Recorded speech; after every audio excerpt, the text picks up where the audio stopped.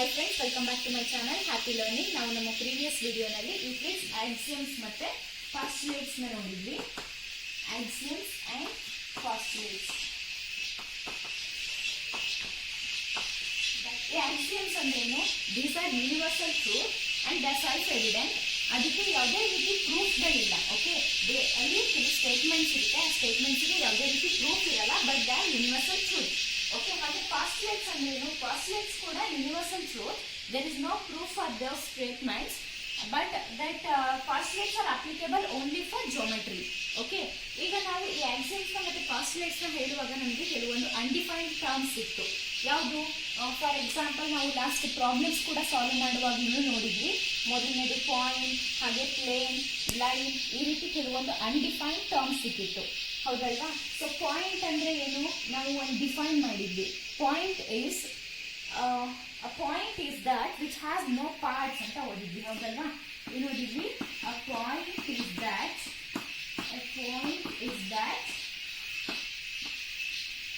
which has no parts. ಹೌದಲ್ವಾ? ಇಲ್ಲಿ parts ನ ಎಕ್ಸ್ಪ್ಲೈನ್ ಮಾಡಬೇಕಾಗುತ್ತೆ, ಹೌದಲ್ವಾ? ಸೊ ಈ ರೀತಿ ಕೆಲವೊಂದು ಅನ್ಡಿಫೈನ್ಡ್ ಟರ್ಮ್ಸ್ ನಮಗೆ ಒಂದು ಡೆಫಿನೇಷನ್ ನ ಹೇಳ್ತಾ ಹೋದಾಗ ತುಂಬಾ ಅನ್ಡಿಫೈನ್ಡ್ ಟರ್ಮ್ಸ್ ಸಿಗುತ್ತೆ. ಈ ರೀತಿ ಇದರಲ್ಲಿ ಮೊದಲನೇದು ಪಾಯಿಂಟ್. ಓಕೆ, ಇವುಗಳಿಗೆ ನಾವು ಡೆಫಿನೇಷನ್ ಕೊಡೋಕ್ಕಿಂತ ಎಕ್ಸಾಂಪಲ್ಸ್ ನ ಕೊಡ್ಬೋದು ಅಷ್ಟೇ. ಓಕೆ, ಇಲ್ಲಿ ನೋಡಿ, point. A point is represented by a fine dot made by a sharp pencil on the sheet of paper. Okay, so point ಅಂದ್ರೆ ಹೇಗಿರುತ್ತೆ ಅಂತ ಹೇಳ್ತಿದೀವಿ. ಪಾಯಿಂಟ್ ಅಂದ್ರೆ ಏನು ಅಂತ ಹೇಳ್ತಿಲ್ಲ ಇಲ್ಲಿ ನಾವು. ಪಾಯಿಂಟ್ ಅಂದ್ರೆ ಹೇಗಿರುತ್ತೆ ಅಂತ ಹೇಳ್ತಿದೀವಿ. So instead of pencil I am taking chalk piece here. ಈ ಚಾಕ್ ಪೀಸ್ ನ ತಗೋತಿದ್ದೀನಿ, ಇದರಿಂದ ನಾನೊಂದು ಫೈನ್ ಡಾಟ್ ನ ಈ ಬೋರ್ಡ್ ಮೇಲೆ ಇಡ್ತಿದ್ದೀನಿ. ಓಕೆನಾ? ಇಲ್ಲಿ ಕಾಣಿಸ್ತಿದ್ಯಾ? ಒಂದು ಡಾಟ್ ಇದೆ. ಓಕೆ, ಈ ರೀತಿ ಇದು ಒಂದು ಡಾಟ್. ಓಕೆ, ಇದನ್ನ ಡಿಫೈನ್ ಮಾಡಬೇಕು ಅಂದ್ರೆ ಒಂದು ಫೈನ್ ಡಾಟ್ ಹೀಗೆ ಇಡ್ಬೋದು ಅಂತ ಹೇಳ್ಬೋದು. ಶಾರ್ಪ್ ಟಿಪ್ ಇರಬೇಕು, ಅದರಿಂದ ಒಂದು ಡಾಟ್ ನ ಹಿಂಗಿಟ್ಟು ಹಿಂತೆಗೆದ್ರೆ ಇದನ್ನ ನಾವು ಪಾಯಿಂಟ್ ಅಂತ ಹೇಳ್ತೀವಿ. ಓಕೆ, ನೆಕ್ಸ್ಟ್ ಇದು ಎಕ್ಸಾಂಪಲ್, ಬಟ್ ಇದು ಡೆಫಿನೇಷನ್ ಅಲ್ಲ. ನೆಕ್ಸ್ಟ್ ಸೆಕೆಂಡ್ ಒನ್ ಬಂದ್ರೆ ಪ್ಲೇನ್. ಓಕೆ, ಪ್ಲೇನ್ ಅಂದ್ರೆ ಏನು? The surface of a smooth wall are the surface of sheet of paper etcetera. Okay, ಇದು ಎಕ್ಸಾಂಪಲ್ ಪ್ಲೇನ್ಗೆ. ಇದು ಪ್ಲೇನ್ಗೆ ಡೆಫಿನೇಷನ್ ಅಲ್ಲ. ಏನು ಪ್ಲೇನ್ ಅಂದ್ರೆ ಏನು ಅಂದ್ರೆ ಈ ಬೋರ್ಡ್ ನ ನಾವು ಒಂದು ಪ್ಲೇನ್ ಅಂತ ಹೇಳ್ಬೋದು, ಹೌದಲ್ವಾ? ಸೊ ಪ್ಲೇನ್ ಅಂದ್ರೆ ಅಲ್ಲಿ ನಾವು ಎಕ್ಸ್ ಆಕ್ಸಿಸ್ ನ ಹಾಗೆ ವೈ ಆಕ್ಸಿಸ್ ನ ಮಾರ್ಕ್ ಮಾಡಬಹುದು. ಎಕ್ಸ್ ಆಕ್ಸಿಸ್ ನ ವೈ ಆಕ್ಸಿಸ್ ನ ಆ ಪ್ಲೇನ್ ಮೇಲೆ ರೆಪ್ರೆಸೆಂಟ್ ಮಾಡಬಹುದು. ಪ್ಲೇನ್ ನಲ್ಲಿ ನಮಗೆ ಎಕ್ಸ್ ಅಂಡ್ ವೈ ಆಕ್ಸಿಸ್ ಎರಡು ಇರುತ್ತೆ. ಓಕೆನಾ? ಯಾವುದನ್ನು ನಾವು 2 ಡೈಮೆನ್ಷನ್ ಆಗಿ ಎಕ್ಸ್ಪ್ರೆಸ್ ಮಾಡಬಹುದು, ಅದನ್ನು ನಾವು ಪ್ಲೇನ್ ಅಂತ ಕರಿತೀವಿ, ಪ್ಲೇನ್ ಸರ್ಫೇಸ್ ಅಂತ ಕರಿತೀವಿ. ಓಕೆನಾ? ನೋಡಿ, ಇದ್ರದ್ದು ಲೆಂತ್ ಹೇಳ್ಬೋದು, ಬ್ರೆಡ್ತ್ ಹೇಳ್ಬೋದು, ಹೌದಲ್ವಾ? ಎಷ್ಟು ಲೆಂತ್ ಇದೆ ಅಂತ ಹೇಳ್ಬೋದು, ಹಾಗೆ ಎಷ್ಟು ಬ್ರೆಡ್ತ್ ಇದೆ ಅಂತ ಇದನ್ನು ನಾವು ಎಕ್ಸ್ಪ್ರೆಸ್ ಮಾಡ್ಬೋದು. ಈ ರೀತಿಯಾಗಿ ನಾವು 2 ಡೈಮೆನ್ಷನ್ ಎಕ್ಸ್ಪ್ರೆಸ್ ಮಾಡ್ಬೋದಾದ್ರೆ ಅದನ್ನು ನಾವು ಪ್ಲೇನ್ ಅಂತ ಕರಿತೀವಿ. Next undefined term line. Okay, if we fold a piece of paper, the crease in the paper represents a geometrical line or edge of ruler, etc. Okay, so ಇಲ್ಲೊಂದು paper ಇದೆ ನೋಡಿ. ಈ paper ನಾನು fold ಮಾಡ್ತೀನಿ. ಈ ರೀತಿ fold ಮಾಡಿದ್ರೆ ನೋಡಿ, ಇಲ್ಲೊಂದು ಈ ಕ್ರೀಸ್, ಇಲ್ಲಿ ಒಂದು ಲೈನ್ ಫಾರ್ಮ್ ಆಗಿದೆ ನೋಡಿ, ಅಬ್ಸರ್ವ್ ಮಾಡ್ಬೋದು. ಇಲ್ಲಿ ಒಂದು ಲೈನ್ ಫಾರ್ಮ್ ಆಗಿದೆ. ಓಕೆನಾ? ಸೊ ಇಲ್ಲಿ ಏನ್ ಫಾರ್ಮ್ ಆಗಿದೆಯಲ್ಲ ಇದನ್ನ ನಾವು ಲೈನ್ ಅಂತ ಕರಿತೀವಿ. ಓಕೆ, ಇದೇ ರೀತಿ ರೂಲರ್ ಎಡ್ಜ್ ಇರ್ಬೋದು, ಹಾಗೇನೆ ಈ ಎಡ್ಜ್ ಇದೆಯಲ್ಲ ಡಸ್ಟರ್ ಅಲ್ಲಿ ಎಡ್ಜ್ ನೋಡಿ, ಈ ಎಡ್ಜ್ ನ ಹೇಳ್ಬೋದು ನಾವು ಲೈನ್ ಅಂತ. ಓಕೆನಾ? ಲೈನ್ ಇದು ಎಕ್ಸಾಂಪಲ್, ಬಟ್ ಇದು ಡೆಫಿನೇಷನ್ ಅಲ್ಲ. ಓಕೆನಾ? ಈ ಎಡ್ಜ್ ನ ನಾನು ಡೆಫಿನೇಷನ್ ಅಂತ ಹೇಳಕ್ಕಾಗುತ್ತೆ. ಈ ಡಸ್ಟರ್ ನ ಎಡ್ಜ್ ಇದೆಯಲ್ಲ ಅದು ಲೈನ್ಗೆ ಎಕ್ಸಾಂಪಲ್ ಅಂತ ಹೇಳ್ಬೋದು, ಇದು ಲೈನ್ಗೆ ಡೆಫಿನೇಷನ್ ಅಲ್ಲ. ಓಕೆ ಸ್ಟೂಡೆಂಟ್ಸ್, ಈಗ ಎಕ್ಸರ್ಸೈಸ್ ನಂಬರ್ 5.1 ನಲ್ಲಿ ಥರ್ಡ್ ಕ್ವೆಶ್ಚನ್ ಏನ್ ಕೇಳಿದ್ದಾರೆ? Consider 2 postulates given below. ಇಲ್ಲಿ 2 ಪಾಸ್ಟುಲೇಟ್ಸ್ ನ ಕೊಟ್ಟಿದ್ದಾರೆ, ಅದನ್ನ ಕನ್ಸಿಡರ್ ಮಾಡಿ ನಾವಿಲ್ಲಿ ಕೆಳಗೆ ಕೇಳಿರುವಂತ ಕ್ವೆಶ್ಚನ್ ಗೆ ಆನ್ಸರ್ ಮಾಡಬೇಕು. ಓಕೆ, ಏನು ಸ್ಟೇಟ್ಮೆಂಟ್ಸ್ ಏನು ಕೊಟ್ಟಿದ್ದಾರೆ ನೋಡಿ. Postulates given any 2 distinct point A and B, there exist a third point which is in between A and B. Okay, ಅದರಲ್ಲಿ ಫಸ್ಟ್ ಸ್ಟೇಟ್ಮೆಂಟ್ ಇದೆ ನೋಡಿ, ಅದೇನು ಹೇಳ್ತಿದ್ದಾರೆ ಅಂದ್ರೆ given any 2 distinct point A and B. A ಮತ್ತೆ B ಅನ್ನೋ 2 distinct point ಗಳನ್ನ consider ಮಾಡ್ಕೊಳ್ಳಿ. ಓಕೆನಾ? A and B are 2 distinct points, right? There exists a third point C which is in between A and B. Okay, ಈ A ಮತ್ತೆ B ಮಧ್ಯದಲ್ಲಿ ಇನ್ನೊಂದು point ಇರುತ್ತೆ, ಅದು ಸಿ ಅಂತ ಕರೀರಿ ಅಂತ ಹೇಳಿದ್ದಾರೆ. Okay, so A and B ಅನ್ನೋ ಎರಡು ಲೈನ್ಗಳ ಮಧ್ಯದಲ್ಲಿ, ಐ ಮೀನ್ ಎರಡು ಪಾಯಿಂಟ್ಗಳ ಮಧ್ಯದಲ್ಲಿ ಇನ್ನೊಂದು ಪಾಯಿಂಟ್ ಇದೆ ಸಿ ಅಂತ ಹೇಳಿದ್ದಾರೆ. ಓಕೆ, ಯಾವಾಗಲೂ ಅಷ್ಟೇ ಎರಡು ಡಿಸ್ಟಿಂಕ್ಟ್ ಪಾಯಿಂಟ್ಗಳ ಮಧ್ಯದಲ್ಲಿ ಇನ್ನೊಂದು ಪಾಯಿಂಟ್ ಎಕ್ಸಿಸ್ಟ್ ಇರುತ್ತೆ ಅಂತ ಹೇಳ್ತಿದ್ದಾರೆ. First statement. ಸೆಕೆಂಡ್ ಸ್ಟೇಟ್ಮೆಂಟ್ ನೋಡಿ, there exist at least 3 points that are not on the same line. Okay, so ಈಗ ಎರಡು ಲೈನ್, ಅಗೇನ್ ಒಂದು ಲೈನ್ನ ಕನ್ಸಿಡರ್ ಮಾಡಿ between A and B. then there exist at least 3 points which are not on the same line. Okay, ಈ line ಮೇಲೆ ಇಲ್ದೇನೆ ಇರೋ ಹಾಗೆ ಈ ರೀತಿ ಇಲ್ಲೊಂದು ಪಾಯಿಂಟ್ ಇರ್ಬೋದು, ಇಲ್ಲೊಂದು ಪಾಯಿಂಟ್ ಇರ್ಬೋದು. ಓಕೆ, ಈ ರೀತಿ ಎಲ್ಲೋ ಒಂದು ಪಾಯಿಂಟ್ ಇದೆ. ಓಕೆನಾ, ಈ ರೀತಿ ಅಟ್ಲೀಸ್ಟ್ 3 ಪಾಯಿಂಟ್ಸ್ ಇರುತ್ತೆ ಅಂತ ಹೇಳಿದ್ದಾರೆ. ಅದರಲ್ಲಿ ಒಂದು ಪಾಯಿಂಟ್ ನಾವು ಸಿ ಅಂತ ಕರಿತೀವಿ. ಓಕೆನಾ, ಈಗ ನೋಡಿ ನಮ್ಮ ಕ್ವಶನ್ಗೆ ಆನ್ಸರ್ ಮಾಡೋಣ. Do these postulate contain any undefined term? ಈ ಪಾಸ್ಟುಲೇಟ್ಸ್ನ ನಾವು ಓದಿದ್ವಿ ಅಲ್ಲ, ಅದರಲ್ಲಿ ಯಾವ್ದಾದ್ರು ಅನ್ಡಿಫೈನ್ಡ್ ಟರ್ಮ್ಸ್ ಇದೆಯಾ ನೋಡಿ. ಎಸ್ ಇದೆ. ಏನೇನಿದೆ? ಪಾಯಿಂಟ್ ಅಂತ ಇದೆ, ಪಾಯಿಂಟ್ ಅನ್ಡಿಫೈನ್ಡ್ ಟರ್ಮ್. ಹಾಗೆ ಲೈನ್ ಅಂತ ಇದೆ, line is also undefined term. Okay, next question, are these postulate consistent? ಈ ಪಾಸ್ಟುಲೇಟ್ಸ್ ಕನ್ಸಿಸ್ಟೆಂಟ್ ಅಂತ ಕೇಳ್ತಿದ್ದಾರೆ. ಓಕೆ, ಸೊ ಈ ಪಾಸ್ಟುಲೇಟ್ಸ್ ಕನ್ಸಿಸ್ಟೆಂಟ್ ಅಂದ್ರೆ ಈ ಫಸ್ಟ್ ಹೇಳಿರುವಂತ ಸ್ಟೇಟ್ಮೆಂಟ್ ಸೆಕೆಂಡ್ ಹೇಳಿರೋ ಸ್ಟೇಟ್ಮೆಂಟ್ ನ ಕಾಂಟ್ರಡಿಕ್ಟ್ ಮಾಡಿದ್ರೆ ಅದನ್ನ ನಾವು ಕನ್ಸಿಸ್ಟೆಂಟ್ ಅಂತ ಕರಿತೀವಿ. ಓಕೆ, ಕಾಂಟ್ರಡಿಕ್ಟ್ ಮಾಡ್ತಿದ್ಯಾ ನೋಡಿ. ಫಸ್ಟ್ ಸ್ಟೇಟ್ಮೆಂಟ್ ನಾವೇನು ಹೇಳಿದೀವಿ, ಎರಡು ಪಾಯಿಂಟ್ ಎ ಅಂಡ್ ಬಿ ಮಧ್ಯದಲ್ಲಿ ಪಾಯಿಂಟ್ ಸಿ ಇರುತ್ತೆ ಅಂತ ಹೇಳಿದೀವಿ. ಓಕೆ, ಸೆಕೆಂಡ್ ಸ್ಟೇಟ್ಮೆಂಟ್ ಏನಂತ ಹೇಳ್ತಿದೀವಿ, ಈ ಪಾಯಿಂಟ್ ಎ ಅಂಡ್ ಬಿ ಮಧ್ಯದಲ್ಲಿ ಅಲ್ಲದೇನೆ ಹೊರಗಡೆ ಕೆಲವು ಪಾಯಿಂಟ್ಸ್ ಇರುತ್ತೆ, ಅಲ್ಲಿ ಕೂಡ ಸಿ ಇರಬಹುದು ಅಂತ ಹೇಳ್ತಿದೀವಿ ಅಲ್ವಾ. ಈ ಎ ಅಂಡ್ ಬಿ ಮಧ್ಯದಲ್ಲಿ ಅಲ್ಲದೇನೆ ಔಟ್ಸೈಡ್ ಈ ಲೈನ್ ನ ಬಿಟ್ಟು ಔಟ್ಸೈಡ್ ಅಲ್ಲಿ ಎಲ್ಲಾದ್ರೂ ಈ ಪಾಯಿಂಟ್ ಸಿ ಅನ್ನೋದು ಇರಬಹುದು ಅಂತ ಸೆಕೆಂಡ್ ಸ್ಟೇಟ್ಮೆಂಟ್ ಹೇಳ್ತಿದೆ. ಬಟ್ ಫಸ್ಟ್ ಸ್ಟೇಟ್ಮೆಂಟ್ ಏನ್ ಹೇಳ್ತಿದೆ ನಮ್ಗೆ, ಈ ಪಾಯಿಂಟ್ ಸಿ ಅನ್ನೋದು ಈ ಎ ಬಿ ಎರಡು ಪಾಯಿಂಟ್ಸ್ ಮಧ್ಯದಲ್ಲೇ ಇರುತ್ತೆ ಅಂತ ಹೇಳ್ತಿದೆ. ಓಕೆ, ಸೊ ಹಾಗಾಗಿ ಒಂದನ್ನೊಂದು ಕಾಂಟ್ರಡಿಕ್ಟ್ ಮಾಡ್ತಿದೆ. ಸೊ ಅದನ್ನ ನಾವು ಕನ್ಸಿಸ್ಟೆಂಟ್ ಅಂತ ಹೇಳ್ತೀವಿ. Next, do they follow from Euclid's postulate? Euclid's postulates ಅದನ್ನಾದ್ರೂ ಫಾಲೋ ಮಾಡುತ್ತಾ ಅಂತ ಕೇಳ್ತಿದ್ರು. ಓಕೆ, ಏನೆಲ್ಲ ಹೇಳಿದ್ರು ಯೂಕ್ಲಿಡ್ಸ್ ಪಾಸ್ಟುಲೇಟ್ಸ್ ಯಾವ್ದು? A straight line may be drawn from any one point to any other point. ಅದು first postulate. Second postulate, a terminated line can be produced indefinitely. ಇದು ಸೆಕೆಂಡ್. ಹಾಗೆ third postulate, a circle can be drawn with any center and any radius. Fourth ಏನು ಹೇಳಿದ್ದಾರೆ, fourth postulate, all straight angles are equal and equal to one another. Next, fifth postulate, if a straight line falling on two straight lines make the interior angle on the same side of it taken together lies less than two right angles, then the two straight lines if produced indefinitely meet on that side on which the sum of angles is less than two right angles. ಇದು fifth postulate. Okay, ಪಾಸ್ಟುಲೇಟ್ಸ್ನ ನಾನು explain ಮಾಡಿದ್ದೀನಿ ನನ್ನ previous ವಿಡಿಯೋನಲ್ಲಿ. ಏನಾದರೂ doubts ಇತ್ತು ಅಂದರೆ ಅದನ್ನೊಂದ್ಸಲ check ಮಾಡಿ ನೋಡಿ. ಓಕೆ, ಈ ಏನೋ ಅರ್ಥ ಆಗಿದೆ ಈ ಪಾಸ್ಟುಲೇಟ್ಸ್ ಅಂದರೆ ನೀವು ನಾವನ್ನ ಲಾಸ್ಟ್ ವಿಡಿಯೋನ ಚೆಕ್ ಮಾಡಿ, ನಿಮಗೆ ಕ್ಲಿಯರ್ ಆಗಿ ಅರ್ಥ ಆಗುತ್ತೆ ಪಾಸ್ಟುಲೇಟ್ಸ್. ಓಕೆ, ಈ ಪಾಸ್ಟುಲೇಟ್ಸ್ ಯಾವುದನ್ನಾದ್ರೂ ಈ ಡೆಫಿನೇಷನ್ಸು ಫಾಲೋ ಮಾಡ್ತಿದ್ಯಾ? ನೋ. ಓಕೆ, ಸೊ ಹಾಗಾದ್ರೆ ನಾವೀಗ ಏನು ಹೇಳ್ಬೋದು ನಮ್ಮ ಕ್ವಶನಿಗೆ, do they follow from Euclid's postulates ಅಂತ ಕೇಳಿದ್ದಾರೆ, ನೋ ಅಂತ ಹೇಳ್ಬೋದು. ಓಕೆ, ಎಕ್ಸ್ಪ್ಲೈನ್ ಅಂತ ಕೇಳಿದ್ದಾರೆ. Okay, do they follow Euclid's postulates ಅಂತ ಕೇಳಿದ್ರೆ ನೋ ಅಂತ ಹೇಳಿದ್ವಿ. ಸೊ ಹಾಗಾದ್ರೆ ಏನ ಫಾಲೋ ಮಾಡುತ್ತೆ ಅಂದ್ರೆ ನೋಡಿ, ನೆಕ್ಸ್ಟ್ ನಾವು ಈ ಇನ್ಸಿಡೆನ್ಸ್ ಆಕ್ಸಿಯಮ್ಸ್ ಅಂತ ಇನ್ನೊಂದು ಬರುತ್ತೆ, ಇದನ್ನ ನೋಡ್ಬೇಕಾಗುತ್ತೆ ಮೊದಲು. ಈ ಇನ್ಸಿಡೆನ್ಸ್ ಆಕ್ಸಿಯಮ್ಸ್ ನ ಮೊದಲು ನೋಡೋಣ ನಾವು. ಓಕೆ, ಏನಿದು ಇನ್ಸಿಡೆನ್ಸ್ ಆಕ್ಸಿಯಮ್ಸ್? ಯಾವ್ದು? ಮೊದಲನೇ Axiom, A line contains infinitely many points. Okay, ಅಂದ್ರೆ ನೋಡಿ ಇಲ್ಲಿ ಒಂದು ಲೈನ್ ಅಂತ ತಗೋತಿದ್ದೀನಿ, ಈ ಲೈನ್ ಮೇಲೆ ಇನ್ಫೈನೈಟ್ಲಿ ಮೆನಿ ಪಾಯಿಂಟ್ಸ್ ಇರುತ್ತೆ ಅಂತ ಹೇಳಿದ್ದಾರೆ. ಓಕೆ, ಹೀಗೆ ಇಲ್ಲಿ ಎಲ್ಲ ತುಂಬಾ ಪಾಯಿಂಟ್ಸ್ ಇರುತ್ತೆ, ಹೌದಲ್ವಾ? ಹಾಗೆ ಚಿಕ್ಕ ಲೈನ್ ಕನ್ಸಿಡರ್ ಮಾಡಿ, ಇಲ್ಲೂ ಅಷ್ಟೇನೆ many points in between exist ಇರುತ್ತೆ. ಓಕೆ, ಇನ್ಫೈನೈಟ್ಲಿ ಮೆನಿ ಪಾಯಿಂಟ್ಸ್ ಈ ಲೈನ್ ಮೇಲೆ ಎಕ್ಸಿಸ್ಟ್ ಇರುತ್ತೆ. ಹಾಗೆ next second Axiom, through a given point that pass infinitely many lines. Okay, this is lines.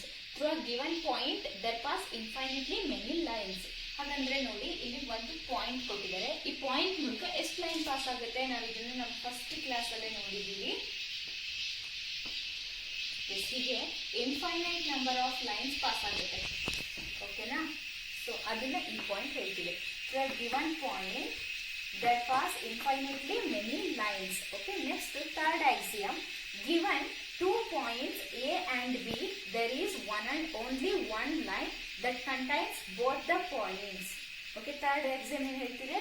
given 2 points A and B, there is one and only one line that contains both the points. Okay, so ಇಲ್ಲಿ ನೋಡಿ, between any 2 points A and B ಒಂದೇ line ಇರುತ್ತೆ. ಓಕೆನಾ? More number of lines ಇರಲ್ಲ. Between any two lines any two points there exist uniquely one line. Okay, ಒಂದೇ ಒಂದು line ಇರುತ್ತೆ. ಈಗ ಎರಡು ಪಾಯಿಂಟ್ಗಳ ಮಧ್ಯದಲ್ಲಿ ನಾವು ಒಂದೇ ಒಂದು ಸ್ಟ್ರೈಟ್ ಲೈನ್ ನ ಜಾಯಿನ್ ಮಾಡಕ್ಕೆ ಸಾಧ್ಯ ಇರೋದು. ಓಕೆ, ಸೊ ಹೀಗೆ ಬೇಕಾದ್ರೆ ಡಿಸೈನ್ ಆಗಿ ಬರಿತೀನಿ ಅಂದ್ರೆ ಹೀಗೆ ಏನಾದ್ರು ಕನೆಕ್ಟ್ ಮಾಡ್ಬೋದು. ಓಕೆ, ಇದು ಕರ್ವ್ ಆಗುತ್ತೆ, ಇದು ಲೈನ್ ಆಗಲ್ಲ. ಸೊ ಹೀಗೆ ಸ್ಟ್ರೈಟ್ ಆಗಿ ನಾವು ಒಂದು ಲೈನ್ ಇಂದ ಕನೆಕ್ಟ್ ಮಾಡ್ತೀವಿ ಅಂದ್ರೆ ಬಿಟ್ವೀನ್ ಎನಿ ಟೂ ಪಾಯಿಂಟ್ಸ್ ಒಂದೇ ಲೈನ್ ಡ್ರಾ ಮಾಡಕ್ಕಾಗತ್ತೆ.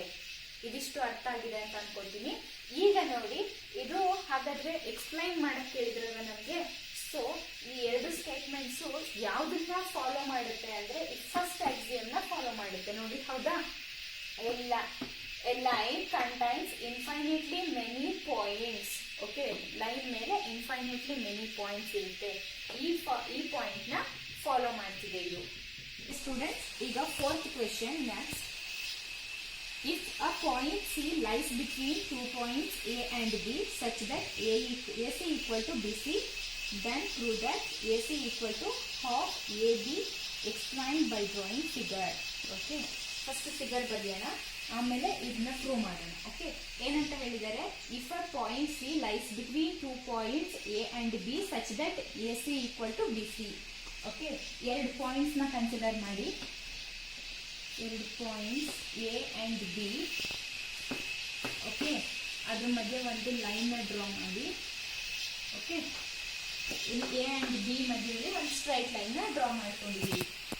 ಈ ಸಿ ಅನ್ನೋ ಪಾಯಿಂಟ್ ಈ ಎ ಬಿ ಲೈನ್ ಮೇಲೆ ಇರುತ್ತೆ. ಹೇಗಿರುತ್ತೆ? AC equal to BC ಆಗೋ ತರ ಇರಬೇಕು ಅಂತ ಅವರೇ ಕೊಟ್ಟಿದ್ದಾರೆ. ನೋಡಿ, AC equal to BC ಆಗೋ ಹಾಗಿರ್ಬೇಕು. ಇದು ಗಿವನ್ ನಮಗೆ. ಓಕೆನಾ? ಗಿವನ್ ಇದೆ. So what is there to prove? To prove that what to prove? AC equal to half AB ಅಲ್ವಾ? ನಮ್ಗೊಂದು ಆಕ್ಸಿಯಮ್ ಗೊತ್ತಿದೆ. ಏನು? Whole is greater than a part. ಹೌದಲ್ವಾ? ಈ ಆಕ್ಸಿಯಮ್ ನ ನಾವು ಓದಿದೀವಿ ಈ ಮುಂಚೆ. Whole is greater than part. So ಈಗ ನೋಡಿ, ಇದು ಹೋಲ್, ಇದು ಪಾರ್ಟ್, ಇದು ಒಂದು ಪಾರ್ಟ್, ಇದು ಒಂದು ಪಾರ್ಟ್. ಓಕೆ, ಸೊ ಇದನ್ನ ಹೇಗೆ ಬರ್ಕೊಬಹುದು? ಎರಡು ಪಾರ್ಟ್, ಈ ಎರಡು ಪಾರ್ಟ್ ಸೇರಿ ಈ ಹೋಲ್ ಆಗುತ್ತೆ. ಹೌದಲ್ವಾ? ಏನು? AB ಈಕ್ವಲ್ ಟು AB ಯಾವ್ದಕ್ಕೆ ಈಕ್ವಲ್? AC ಮತ್ತೆ BC ಗೆ ಈಕ್ವಲ್. AC ಮತ್ತೆ BC ನ ಆಡ್ ಮಾಡಿದ್ರೆ ನಮ್ಗೆ ಏನ್ ಸಿಗುತ್ತೆ? AB ಸಿಗುತ್ತೆ. ಓಕೆ, ಈಗ AC plus BC equal to AB ಇದೆ. AB ಈಕ್ವಲ್ ಟು, ಇಲ್ಲಿ ನೋಡಿ, AC ಪ್ಲೇಸ್ ಅಲ್ಲಿ AC ನ ಬರ್ಕೊತೀನಿ. BC is equal to AC ಅಂತ ಕೊಟ್ಟಿದ್ದಾರೆ. ಸೊ ನಾನು BC ಅಂತ ಬರೆದ್ರು ಸೇಮ್, AC ಅಂತ ಬರೆದ್ರು ಏನು ಡಿಫರೆನ್ಸ್ ಆಗಲ್ಲ. ಸೊ ನಾನು BC ಜಾಗದಲ್ಲಿ AC ನ ಬರ್ಕೊತೀನಿ. ಓಕೆ, ಬರ್ಕೊಂಬೋದ ಈಗ? ನೆಕ್ಸ್ಟ್ ನೋಡಿ, AB equal to AC plus AC ಅಂತ ಆಯ್ತು. AC ಪ್ಲಸ್ AC ಅಂದ್ರೆ ಏನು? 2 times AC ಅಂತ ಅರ್ಥ. ಹೌದಲ್ವಾ? 2 times AC. ಈಗ ನೋಡಿ, AC ಈ 2 ಇದೆಯಲ್ಲ, ಅದು ಈಕ್ವಲ್ಸ್ ಇಂದ ಈಚೆ ಬಂದ್ರೆ ಏನಾಗುತ್ತೆ? ನನಗೆ 1/2 AB ಆಗುತ್ತೆ. So 1/2 AB equal to AC. Okay, this is what we asked to prove. ನನ್ಗೆ ಏನ್ ಕೇಳಿದ್ರು ಪ್ರೂವ್ ಮಾಡಕ್ಕೆ? AC equal to half AB ಅಂತ ಪ್ರೂವ್ ಮಾಡಿ ಅಂತ ಕೇಳಿದ್ರು. ಸೊ ನಾವು we are done with this proof. ಅರ್ಥ ಆಗಿದೆ ಇದು ಅಂತ ಅನ್ಕೋತೀನಿ. Next problem. ಓಕೆ ಸ್ಟೂಡೆಂಟ್ಸ್, ಈಗ fifth question. In question number 4, point C is called the midpoint of the line segment AB. Prove that every line segment has one and only one midpoint. Okay, so question number 4 ಅಲ್ಲಿ ಏನಂತ ಹೇಳಿದ್ವಿ? Point C is called the midpoint of the segment ಅಂತ ಹೇಳಿದ್ವಿ. ಹೌದಲ್ವಾ? So ಹೀಗಿತ್ತು A and B ಅಂತ ತಗೊಂಡಿದ್ವಿ, ಅದರಲ್ಲಿ point ಸಿನ ಮಿಡ್ ಪಾಯಿಂಟ್ ಅಂತ ಹೇಳಿದ್ವಿ, ಹೌದಲ್ವಾ? ಸೊ ಈಗ ನನಗೆ ನೆಕ್ಸ್ಟ್ ಏನು ಹೇಳಿದ್ದಾರೆ ಅಂದರೆ, prove that every line segment has one and only one mid point. ಈ ರೀತಿಯಾಗಿ ಬರೀ ಒಂದೇ ಒಂದು ಮಿಡ್ ಪಾಯಿಂಟ್ ಇರುತ್ತೆ ಅಂತ ಪ್ರೂವ್ ಮಾಡಿ. ಓಕೆ, ಸೊ ಇಲ್ಲಿ ಮಿಡ್ ಪಾಯಿಂಟ್ ಯಾವಾಗಲೂ ಒಂದು ಲೈನ್ಗೆ ಒಂದೇ ಮಿಡ್ ಪಾಯಿಂಟ್ ಇರುತ್ತೆ ಅಂತ ನಾವೀಗ ಪ್ರೂವ್ ಮಾಡಬೇಕು. ಓಕೆನಾ?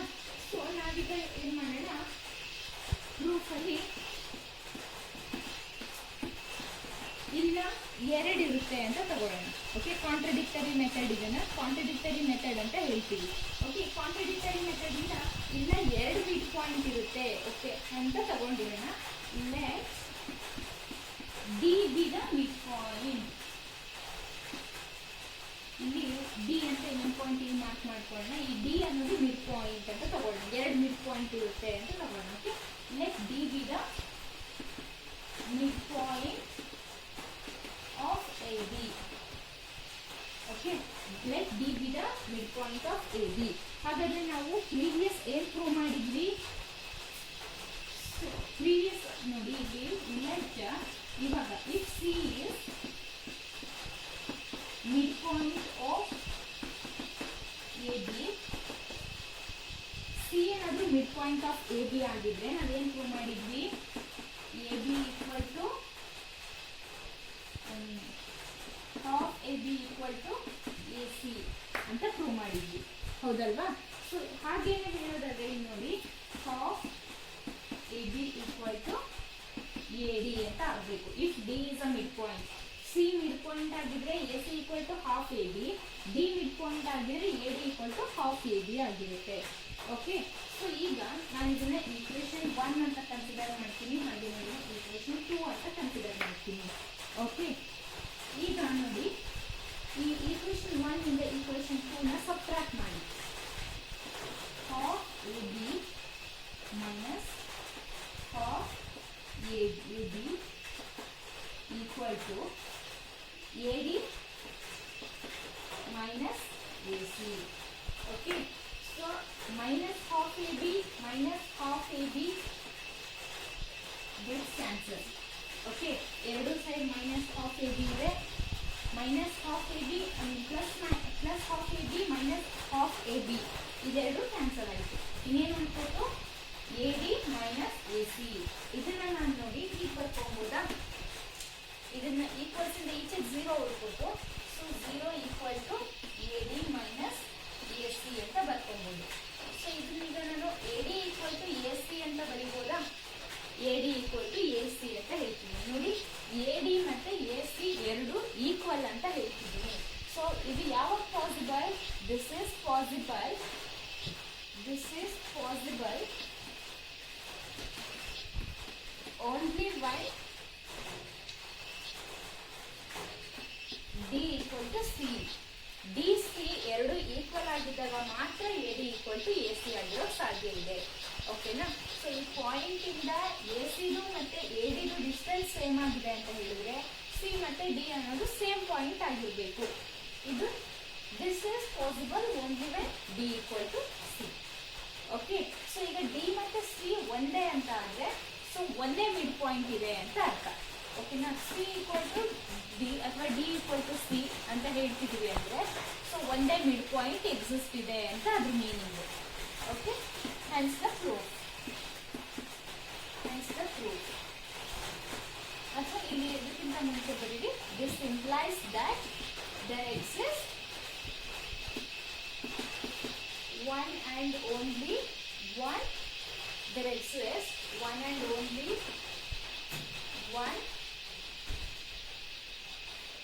midpoint. ಓಕೆ, ಇದು ಅರ್ಥ ಆಗಿದೆ ಅಂತ ಅನ್ಕೋತೀನಿ. ಈಗ 6th ಕ್ವೆಶ್ಚನ್ ಅಲ್ಲಿ ಒಂದು ಫಿಗರ್ ಕೊಟ್ಟಿದ್ದಾರೆ. ಹಾಗೆ ಕ್ವೆಶ್ಚನ್ ನೋಡಿ ಏನು ಕೊಟ್ಟಿದ್ದಾರೆ. In figure if A C equal to B D then prove that A B equal to C D. Okay, given ಏನು ಕೊಟ್ಟಿದ್ದಾರೆ ಬರ್ಕೊಳ್ಳಿ. ಇಲ್ಲಿ given A C equal to B D ಅಂತ ಹೇಳಿದ್ದಾರೆ. ಓಕೆ, ಇದು A C equal to B D ಆಗಿದ್ರೆ ಏನು prove ಮಾಡಬೇಕು? ಟು ಪ್ರೂವ್ ದಟ್ ಏನು ಪ್ರೂವ್ ಮಾಡೋಕ್ಕಿದೆ? A B equal to C D ಅಂತ ಪ್ರೂವ್ ಮಾಡಬೇಕು ನಾವು. ಓಕೆ, ಇದಕ್ಕೆ ಏನು ಮಾಡಬೇಕು? ನಾವೀಗ subtract both sides by B C.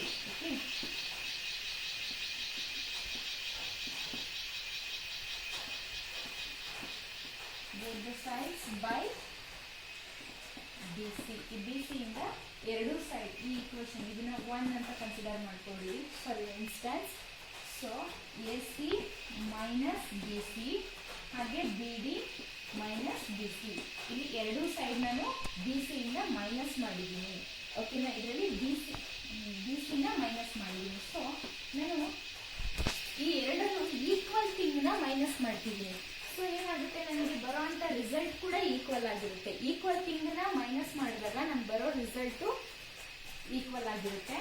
So AC minus BC ಅಂದ್ರೆ ಹೇಗಿರುತ್ತೆ ನೋಡಿ, AC ಅಂದ್ರೆ ಇಲ್ಲಿವರೆಗೂ ಇದೆ ನೋಡಿ, ಇಲ್ಲಿವರೆಗೂ ಇದೆ AC ಅಂದ್ರೆ. ಅದರಲ್ಲಿ BC ಅನ್ನೋದನ್ನ ನಾನು ರೆಡ್ಯೂಸ್ ಮಾಡಿ ತೆಗೆದ್ರೆ ನಮ್ಗೆ ಏನ್ ಸಿಗುತ್ತೆ, A to B ಸಿಗುತ್ತೆ. ಸೊ ಅದನ್ನ ನಾನು ABD ಈಕ್ವಲ್ ಅಂತ ಬರ್ಕೊಬೋದಾ? ಎಸ್. ಹಾಗೆ ನೆಕ್ಸ್ಟ್ ನೋಡಿ, BD minus BC, B to D ಇದೆ, ಅದರಲ್ಲಿ ನಾನು BC ನ ಮೈನಸ್ ಮಾಡಿದ್ರೆ ನನಗೆ ಸಿಗೋದೇನು, CD. ಓಕೆ, ಇದೇ ಅಲ್ವಾ ನನಗೆ ಪ್ರೂವ್ ಮಾಡಕ್ಕೆ ಹೇಳಿದ್ದು. So Hans the proof. ಅರ್ಥ ಆಗಿದೆ ಇದು ಅಂತ ಅನ್ಕೋತೀನಿ. ಏನಾದರೂ ಡೌಟ್ ಇದ್ರೆ ನನಗೆ ಕಮೆಂಟ್ ಮಾಡಿ ತಿಳಿಸಿ, ನಾನು ನಿಮ್ಮ ಡೌಟ್ಸ್ನ ಕ್ಲಿಯರ್ ಮಾಡೋಕ್ಕೆ ಟ್ರೈ ಮಾಡ್ತೀನಿ. ಓಕೆ ಸ್ಟೂಡೆಂಟ್ಸ್, ಈಗ ಎಕ್ಸರ್ಸೈಸ್ ನಂಬರ್ 5.1 ಅಲ್ಲಿ ಲಾಸ್ಟ್ ಕ್ವೆಶನ್ 7th ಕ್ವೆಶನ್ ಏನಿದೆ, why is axiom 5 in the list of Euclid's axiom considered a universal truth? Okay, ಇನ್ನೊಂದು ನೋಟ್ ಕೊಟ್ಟಿದ್ದಾರೆ ನೋಡಿ. Note that the question is not about the 5th postulate. 5th postulate ಬಗ್ಗೆ ಅಲ್ಲ ಇಲ್ಲಿ ಕೇಳಿರೋ question, 5th Axiom ಬಗ್ಗೆ. 5th Axiom ಏನು ಹೇಳಿದ್ದಾರೆ ನಮಗೆ? 5th ಆಕ್ಸಿಯಂ ಏನಿದೆ,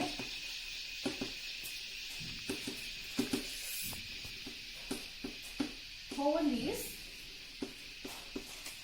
is greater than the part. A part. Whole is greater than a part. ಅಂದ್ರೆ ನೋಡಿ, ಹೋಲ್ ಅಂದ್ರೆ ಇದನ್ನ ಹೋಲ್ ಅಂತ ಕನ್ಸಿಡರ್ ಮಾಡಿ. ಓಕೆ, ಇದನ್ನ ನಾನು 4 ಪಾರ್ಟ್ಸ್ ಆಗಿ ಡಿವೈಡ್ ಮಾಡ್ತಿದ್ದೀನಿ. ಓಕೆ, ಇದರಲ್ಲಿ ಒಂದು ಪಾರ್ಟ್ ಈ ಶೇಡೆಡ್ ರೀಜನ್ ಇದೆಯಲ್ವಾ, ಇದನ್ನ ಒಂದು ಪಾರ್ಟ್ ಅಂತ ಕನ್ಸಿಡರ್ ಮಾಡಿ ಈ ಪಾರ್ಟ್ ನಾನು ಸಪರೇಟ್ ಆಗಿ ತಗೋತೀನಿ ಆಚೆ.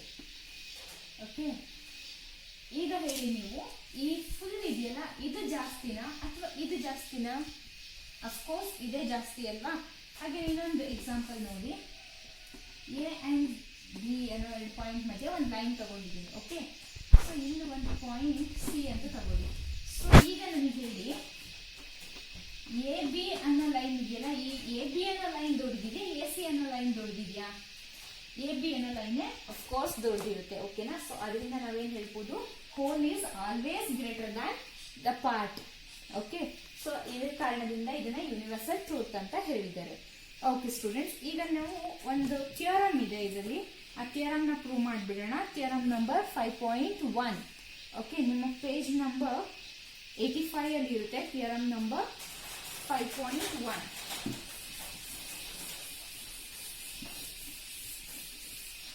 ಓಕೆ ಸ್ಟೂಡೆಂಟ್ಸ್, ಈಗ ಥಿಯರಮ್ 5.1 ಇದು ಸ್ಟೇಟ್ಮೆಂಟ್ ಏನು ಹೇಳಿದೆ, 2 distinct lines cannot have more than 1 point in common.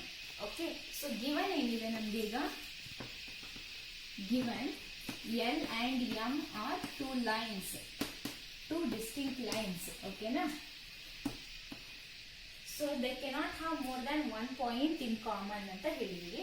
So ನಾವು ಫಸ್ಟ್ ಏನ್ ಮಾಡೋಣ, ಸೊ ಒಂದು ಪಾಯಿಂಟ್ ಅಲ್ಲಿ ಇಂಟರ್ಸೆಕ್ಟ್ ಆಗುತ್ತೆ ಅಂತ ಹೇಳಿದ್ರೆ 1 ಪಾಯಿಂಟ್ ಕಾಮನ್ ಇದೆ ಅಂತ ಅರ್ಥ. ಎರಡು ಲೈನ್ಸ್ಗೆ ಈಗ L and M ಇದೆಯಲ್ಲ, ನಾವೀಗ ಏನ್ ಪ್ರೂವ್ ಮಾಡಬೇಕು ಅಂದ್ರೆ, ಈ ಲೈನ್ L ಮತ್ತೆ ಈ ಲೈನ್ M ಇದೆಯಲ್ಲ, ಈ ಎರಡು ಲೈನು ಒಂದೇ ಕಾಮನ್ ಪಾಯಿಂಟ್ ನ ಹೊಂದಿದೆ ಅಂತ ಪ್ರೂವ್ ಮಾಡಬೇಕು. ಓಕೆ, ಸೊ ನಾವೀಗ ಕಾಂಟ್ರಡಿಕ್ಟರಿ ಮೆಥಡ್ ಇಂದ ಪ್ರೂವ್ ಮಾಡೋಣ. ಓಕೆ, ನಾವೀಗ ಏನಂತ ಸಪೋಸ್ ಮಾಡೋಣ ಅಂದ್ರೆ 2 ಕಾಮನ್ ಪಾಯಿಂಟ್ಸ್ ಇದೆ ಅಂತ ಅನ್ಕೊಳ್ಳೋಣ. ಓಕೆ, 2 ಪಾಯಿಂಟ್ಸ್ ಅಲ್ಲಿ ಇಂಟರ್ಸೆಕ್ಟ್ ಆಗುತ್ತೆ ಅಂತ ಅನ್ಕೊಳ್ಳೋಣ. ಯಾವ ಪಾಯಿಂಟ್ ಅಲ್ಲಿ, ಈಗ P and Q ಅಂತ 2 ಪಾಯಿಂಟ್ ಅಲ್ಲಿ ಇಂಟರ್ಸೆಕ್ಟ್ ಆಗ್ತಿದೆ ಅಂತ ನಾವು ಅಸಂಪ್ಷನ್ ಮಾಡ್ಕೊಳ್ಳೋಣ. ಓಕೆನಾ, so P and Q 2 point ಅಲ್ಲಿ ಇಂಟರ್ಸೆಕ್ಟ್ ಆಗುತ್ತೆ ಅಂದ್ರೆ ಏನ್ ಮೀನಿಂಗು, ಸೊ ಈ ಎರಡು ಲೈನ್ಸು 2 ಕಾಮನ್ ಪಾಯಿಂಟ್ಸ್ ನ ಹೊಂದಿದೆ ಅಂತ ಅರ್ಥ. ಓಕೆನಾ, ಸೊ 2 ಕಾಮನ್ ಪಾಯಿಂಟ್ ಇದೆ 2 ಲೈನಿಗೆ. ಸೊ ಪ್ರತಿ ಲೈನಿಗೂ ಕೂಡ 2 ಕಾಮನ್ ಪಾಯಿಂಟ್ಸ್ ಬಂದಂಗಾಯ್ತು. ಓಕೆನಾ, so 2 distinct lines are meeting at 2 distinct points P and Q ಅಂತ ಬಂತು. ಇದು ನಮಗೆ ಒಂದು ಆಕ್ಸಿಯಂ ನ ಕಾಂಟ್ರಡಿಕ್ಟ್ ಮಾಡ್ತಿದೆ. ಯಾವ ಆಕ್ಸಿಯಂ ನ ಕಾಂಟ್ರಡಿಕ್ಟ್ ಮಾಡ್ತಿದೆ? there exists with one and only one line between 2 points. Between 2 points ಒಂದೇ ಲೈನ್ ಇರುತ್ತೆ ಅನ್ನೋ ಆಕ್ಸಿಯಮ್ ನ ಕಾಂಟ್ರಡಿಕ್ಟ್ ಮಾಡ್ತಿದೆ. ಓಕೆನಾ, ನಾವೇನಂತ ಹೇಳಿದ್ವಿ, 2 distinct lines are intersecting at 2 distinct point ಅಂತ ಹೇಳಿದ್ವಿ. ಓಕೆನಾ, ಸೊ ಅಲ್ಲಿ P and Q ಮಧ್ಯದಲ್ಲಿ 2 ಲೈನ್ ಇದೆ ಅಂತ ಹೇಳಿದ್ವಿ. ಇದು ನಮಗೆ ಯಾವ ಆಕ್ಸಿಯಮ್ ನ ಕಾಂಟ್ರಡಿಕ್ಟ್ ಮಾಡ್ತಿದೆ? there exists only one unique line between 2 points ಅಂತ ಏನು ಹೇಳಿದ್ವಲ್ಲ ಆ ಆಕ್ಸಿಯಮ್ ನ ಕಾಂಟ್ರಡಿಕ್ಟ್ ಮಾಡ್ತಿದೆ. ಸೊ ನಮ್ಮ ಆಕ್ಸಿಯಮ್ ನ ಕಾಂಟ್ರಡಿಕ್ಟ್ ಮಾಡ್ತಿರೋದ್ರಿಂದ ನಾವು ನಮ್ಮ ಸ್ಟೇಟ್ಮೆಂಟ್ ನ ಏನಂತ ಚೇಂಜ್ ಮಾಡ್ಬೋದು. ನಾವು ಸಪೋಸ್ ಮಾಡ್ಕೊಂಡಿದ್ದೇನೋ ಏನಂತ ಹೇಳಿದ್ವಿ, ಎಲ್ ಅಂಡ್ ಎಂ ಅನ್ನೋ 2 ಡಿಸ್ಟಿಂಕ್ಟ್ ಲೈನ್ 2 ಪಾಯಿಂಟ್ ಅಲ್ಲಿ ಮೀಟ್ ಆಗುತ್ತೆ ಅಂತ ಹೇಳಿದ್ವಿ. ಸೊ ಅದು ರಾಂಗ್ ಅಂತ ಆಯ್ತು. ಏನು ನಾವು ಸಪೋಸ್ ಮಾಡಿದ್ವಿಯಲ್ಲ ಅದು ರಾಂಗ್ ಆಯ್ತು. ಹಾಗಿದ್ರೆ ನಾವೇನು ಹೇಳ್ಬೋದು, ಫೈನಲ್ ಆಗಿ 2 distinct lines cannot have more than 1 point in common ಅಂತ ಕನ್ಕ್ಲೂಡ್ ಮಾಡ್ಬೋದು. ಅಥವಾ ಈ 2 ಲೈನ್ಗೆ ಒಂದೇ ಪಾಯಿಂಟ್ ಕಾಮನ್ ಇರುತ್ತೆ ಅಂತ ಹೇಳಿದ್ರು ಒಂದೇನೆ. 2 distinct lines cannot have more than 1 point in common ಅಂತ ಹೇಳಿದ್ರು ಸೇಮ್. ಓಕೆ, ಇದಿಷ್ಟು ಅರ್ಥ ಆಗಿದೆ ಅಂತ ಅನ್ಕೋತೀನಿ.